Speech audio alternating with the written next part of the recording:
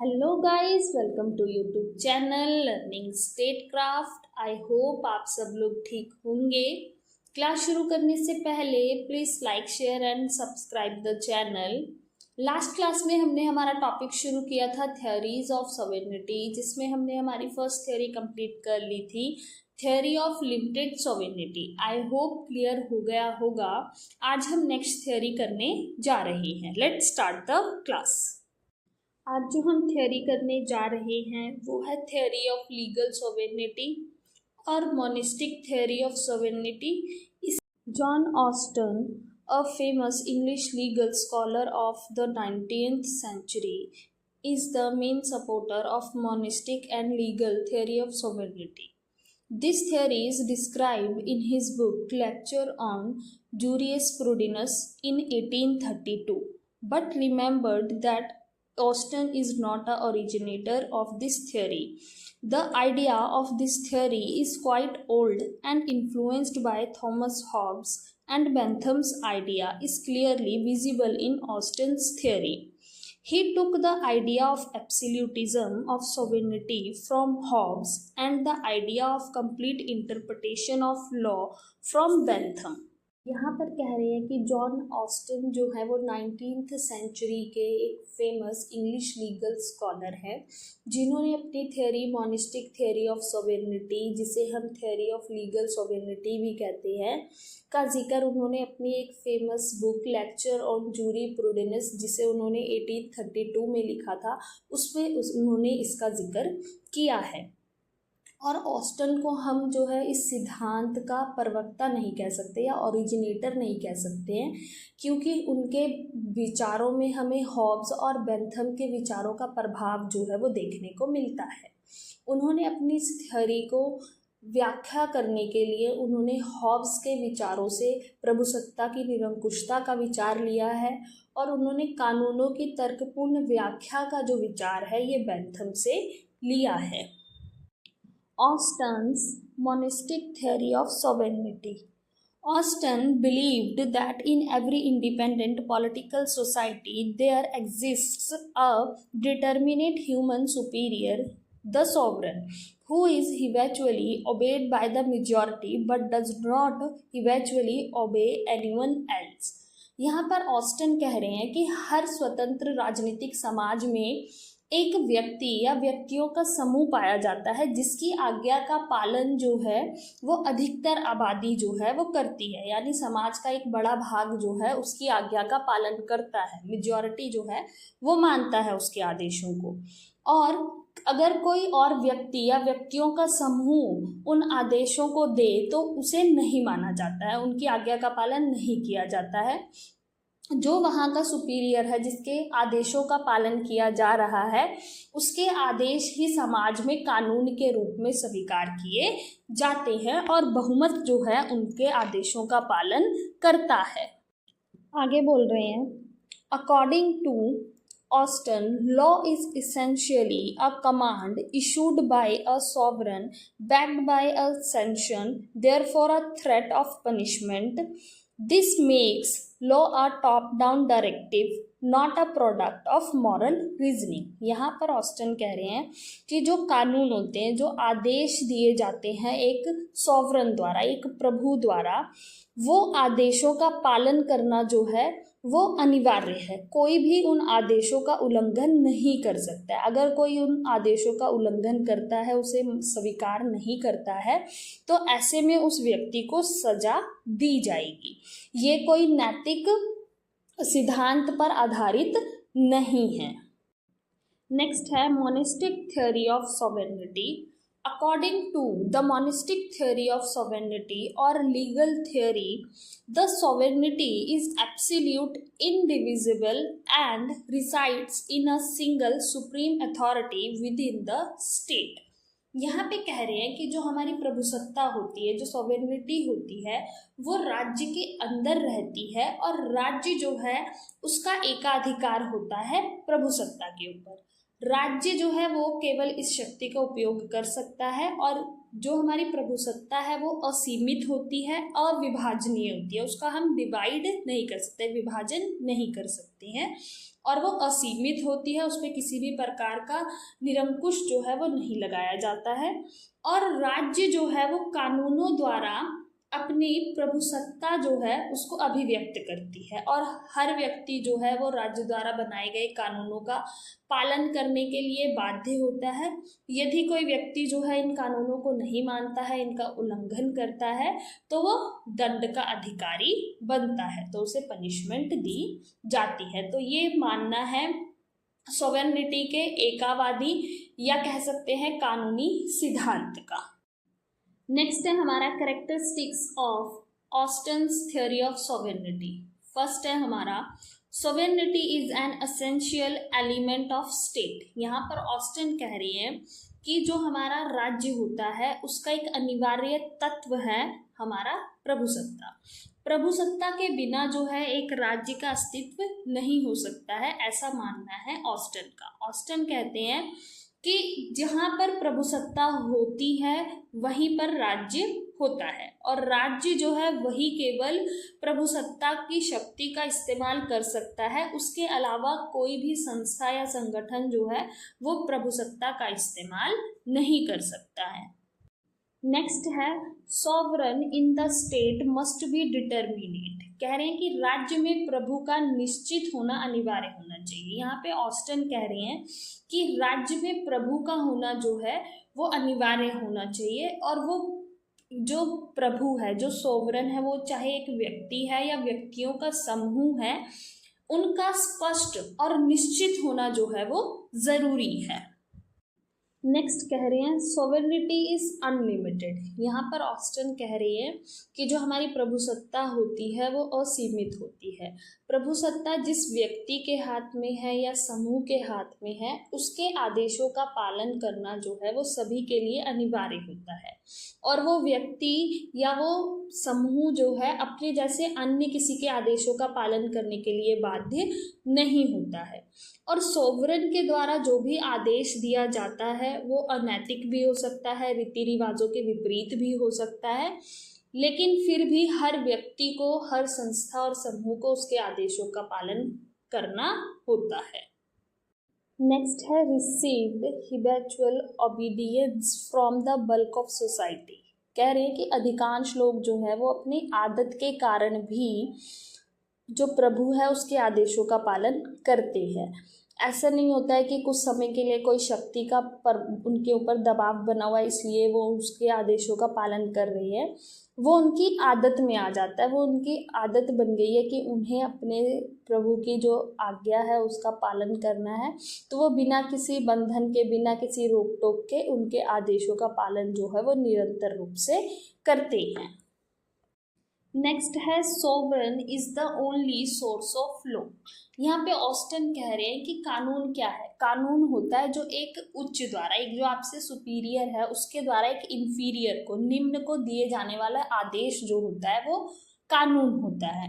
और ऑस्टन का मानना ये है कि नैतिकता, धर्म, रीति रिवाज या प्राकृतिक कानूनों द्वारा जो भी नियम बनाए जाते हैं वो कानून का स्रोत नहीं होते हैं। कानून केवल वही होता है जो एक स्टेट में जो सुप्रीम है, जो सोवरन है, उसके द्वारा जो भी आदेश दिए जा रहे हैं, जो कानून बनाए जा रहे हैं, वही कानून होता है, और उन कानूनों का उल्लंघन जो है वो नहीं किया जा सकता। यदि कोई उन कानूनों का उल्लंघन करता है तो वो दंड का भागीदार बनता है। नेक्स्ट है सॉवरेनिटी इज इनडिविजिबल। यहाँ पे ऑस्टन कह रहे हैं कि जो प्रभुसत्ता होती है वो अविभाजनीय होती है, जिसे विभाजित नहीं किया जा सकता। प्रभुसत्ता जो है वो अपने आप में एक संपूर्ण इकाई है। ऑस्टन का कहना है कि अगर हम प्रभुसत्ता को विभाजित करते हैं या बांटते हैं तो इसका मतलब ये है कि हम प्रभुसत्ता का नाश कर रहे हैं, उसे खत्म कर रहे हैं। इसलिए ऑस्टन का कहना है कि प्रभुसत्ता जो है वो एक इकाई होती है। नेक्स्ट टॉपिक है हमारा criticism of Austin's theory of sovereignty. First है हमारा sovereignty is not always determinate. यहाँ पे आलोचकों का कहना ये है कि जो हमारी प्रभुसत्ता है वो हमेशा ही निश्चित नहीं हो सकती है, वो बदल भी सकती है। जैसे उदाहरण के लिए अगर हम भारत की बात करें तो भारत में जो हमारा पार्लियामेंट है वो प्रभुसत्ता का इस्तेमाल करता है। मान लो कि पार्लियामेंट जो है वो एक कानून पास करता है, पारित करता है, जो कि संविधान के अनुसार नहीं है। तो यदि वो संविधान के अनुसार नहीं है तो सुप्रीम कोर्ट जो है वो उसे अवैध करार दे सकता है। तो ऐसी स्थिति में जो हमारी प्रभुसत्ता है जो पार्लियामेंट द्वारा इस्तेमाल की जा रही थी वो निश्चित नहीं रह गई। अब वो सुप्रीम कोर्ट के पास आ गई, क्योंकि सुप्रीम कोर्ट ने डिसीजन लिया कि जो पार्लियामेंट ने कानून बनाया था वो ठीक नहीं था, वो अवैध था, वो हमारे संविधान के अनुसार नहीं था। तो यहाँ पे आलोचकों का कहना यह है कि प्रभुसत्ता जो है वो निश्चित नहीं होती है हमेशा। नेक्स्ट है सोवेरेनिटी इज डिवाइसिव। यहाँ पर आलोचकों का कहना ये है कि जो हमारी प्रभुसत्ता है उसे विभाजित किया जा सकता है, लेकिन ऑस्टन का कहना था कि जो हमारी प्रभुसत्ता है वो उसे विभाजित नहीं किया जा सकता। लेकिन आलोचक कह रहे हैं कि नहीं, ऐसा नहीं है, हम हमारी प्रभुसत्ता को विभाजित कर सकते हैं। और एक राज्य में अगर हम देखें तो प्रभुसत्ता का विभाजन जो है वो केंद्र और राज्य के बीच में किया जा सकता है। जैसे अगर हम भारत की बात करें तो हमें यहाँ पे सरकार के 3 अंग देखने को मिलते हैं, विधान पालिका, कार्यपालिका और न्यायपालिका, जिनके बीच में जो शक्तियाँ हैं उनका विभाजन किया गया है। तो यहाँ पे आलोचकों का कहना ये है कि जो प्रभुसत्ता है उसका विभाजन किया जा सकता है। नेक्स्ट है powers of the sovereign are not unlimited. यहाँ पे आलोचक कह रहे हैं कि जो हमारा प्रभु है, जो हमारा सोवरन है, उसकी शक्तियाँ जो हैं वो असीमित नहीं होती हैं, उसकी शक्तियों पर भी सीमाएं लगी होती हैं। और ये प्रतिबंध जो है कानूनों द्वारा, अंतर्राष्ट्रीय समझौतों द्वारा, संधियों द्वारा, अंतर्राष्ट्रीय कानूनों द्वारा या लोगों के जनमत द्वारा या नागरिक अधिकारों द्वारा, रीति रिवाजों द्वारा जो है एक राज्य पर लगाए जाते हैं। तो राज्य की जो प्रभुसत्ता है वो असीमित नहीं होती है। नेक्स्ट है laws are not always the command of the sovereign. यहाँ पे कह रहे हैं कि कानून जो है वो हमेशा ही प्रभु के आदेश नहीं हो सकते, एक सुप्रीम के ऑर्डर्स नहीं हो सकते हैं। यहाँ पे आलोचकों का कहना ये है कि कानून जो है वो केवल एकमात्र सोवरन जो है उसका स्रोत नहीं हो सकता है, कि प्रभु ही जो आदेश देगा वही कानून होगा, ऐसा ज़रूरी नहीं है। कई बार कानून जो है वो प्रथाओं द्वारा, रीति रिवाजों द्वारा या धर्म के आधार पर भी बनते हैं। अगर हम भारत में देखें तो भारत में धर्म के आधार पर भी कानून है, जैसे हिंदू कानून, मुस्लिम कानून है, जो उनके धार्मिक ग्रंथों में लिखे हुए हैं, जिन्हें लोग मानते हैं। और कुछ आम कानून हैं या जिन्हें हम कॉमन लॉज कह देते हैं, वो हैं जो धर्म के आधार पर नहीं बने हैं। तो यहाँ पर कह रहे हैं कि जो कानून है वो केवल सुप्रीम के ही ऑर्डर्स पर नहीं बनते हैं, उसके पीछे अन्य स्रोत भी हो सकते हैं। नेक्स्ट है laws are obeyed because of their utility. यहाँ पे कह रहे हैं कि जो कानून होते हैं उनका पालन जो है उनकी उपयोगिता के कारण किया जाता है, ना कि किसी डर के कारण, कि मैं कानून का पालन इसलिए कर रहा हूँ क्योंकि मुझे डर है कि अगर मैंने कानून का उल्लंघन किया तो मुझे पनिशमेंट मिलेगी। ऐसा नहीं होता है। हम कानूनों का पालन इसलिए करते हैं क्योंकि उससे हमें कहीं ना कहीं फ़ायदा होता है। जैसे मान लो कि मैं गड्डी चला रही हूँ और 2 व्हीलर चला रही हूँ और 2 व्हीलर चलाते वक्त मैं हेलमेट लगा रही हूँ, तो मैं वो हेलमेट इसलिए नहीं लगा रही हूँ कि मैंने अगर हेलमेट नहीं लगाया तो मुझे पनिशमेंट मिलेगी। वो हेलमेट मैं इसलिए लगा रही हूँ क्योंकि वो हेलमेट लगाने के बाद मैं अपने आप को सुरक्षित महसूस करती हूँ कि सड़क पर जो है मेरी सुरक्षा बनी रहेगी। तो हर बार हम कानूनों का पालन जो है वो डर से नहीं करते हैं, हम कानूनों का पालन इसलिए करते हैं क्योंकि उससे हमें फ़ायदा होता है। नेक्स्ट है hindrance in the way of international corporation. यहाँ पर ऑस्टन का कहना ये है कि राज्य जो है वो आंतरिक और बाहरी प्रभुसत्ता संपन्न होता है, वो किसी भी अन्य बाहरी या आंतरिक किसी भी संस्था के नियंत्रण से मुक्त है, वो किसी के भी आदेशों को मानने के लिए बाध्य नहीं है। लेकिन आलोचकों का कहना ये है कि ऑस्टन के ये जो विचार हैं वो ठीक नहीं है आज की अगर हम राजनीतिक व्यवस्था को देखते हैं तो, क्योंकि इससे होता क्या है, इससे हमारे अंतर्राष्ट्रीय सहयोग में, इंटरनेशनल ब्रदरहुड में, इंटरनेशनल पीस में एक तरीके से उस रास्ते में रुकावट पैदा होती है।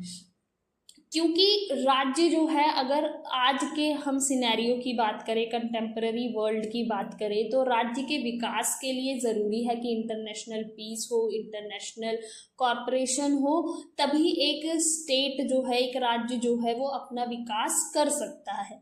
तो ऑस्टन के ये विचार जो हैं वो अंतर्राष्ट्रीय सहयोग में कहीं ना कहीं रुकावट बनते हैं, इसलिए आलोचक उनके इस विचार की आलोचना करते हैं।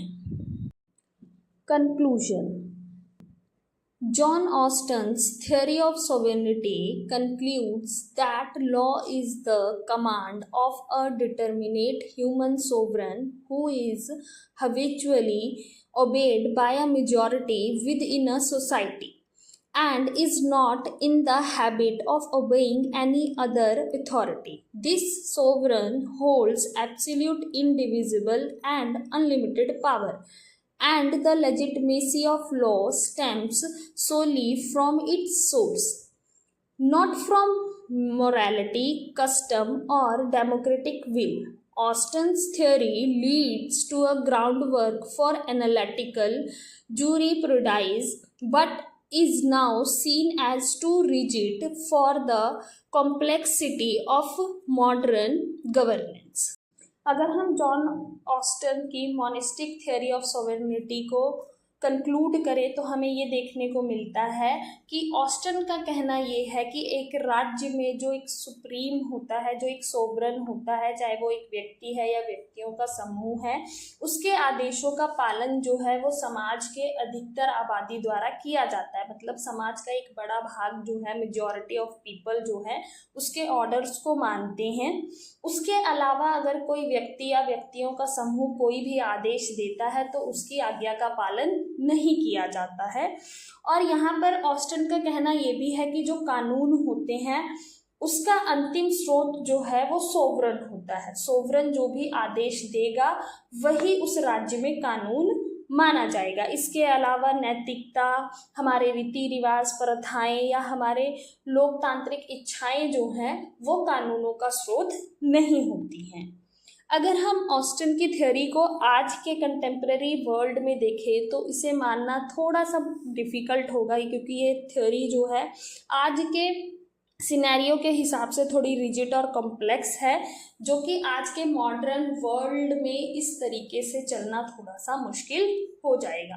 क्योंकि जहाँ पर एक एब्सोल्यूट पावर होगी वहाँ पे ना तो कोई कॉपरेशन होगा, ना कोई अन्य किसी संस्था का विचार मानेगा, तो वहाँ पर एक राज्य का विकास करना जो है वो मुश्किल हो जाएगा। इसलिए ऑस्टन की थ्योरी को आज के प्रेजेंट कंटेम्प्रेरी वर्ल्ड में देखना थोड़ा रिजिड और कॉम्प्लेक्स दिखाई देता है। तो ये कंक्लूजन है ऑस्टन की थ्योरी ऑफ लीगल सोवेरेनिटी का। आज की क्लास हमारी यहीं तक होगी। आई होप कि आज हमने जो मोनिस्टिक थ्योरी ऑफ सोवेरेनिटी किया है ये टॉपिक क्लियर हो गया होगा। अगर किसी का कोई डाउट है, कोई क्वेश्चन है तो वो कमेंट करके पूछ सकते हैं। नेक्स्ट क्लास में हम नेक्स्ट थ्योरी को कवर अप करेंगे। आज के लिए इतना ही। Thank you for watching. Please like, share and subscribe the channel.